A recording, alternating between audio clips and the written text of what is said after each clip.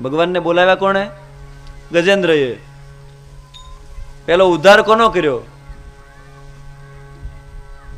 ઝુંડનો, મગરનો.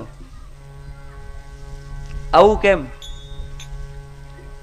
આમ તો એવું થવું પડે કે પહેલા ગજેન્દ્રનો ઉદ્ધાર કરવો પડે અને પછી ગ્રાહનો ઉદ્ધાર કરે. ગજેન્દ્ર તો ભગવાનના શરણમાં છે, પણ ભગવાન કે આ ગ્રાહ તો મારા ભક્તના શરણમાં હતો. જે મારે શરણે છે એના શરણે હતો, માટે પહેલા એમનો ઉદ્ધાર કર્યો.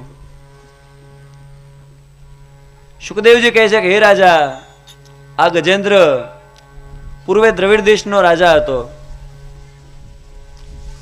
એકવાર અગસ્ત્ય મુનિનું એણે અપમાન કરેલું. રાજાએ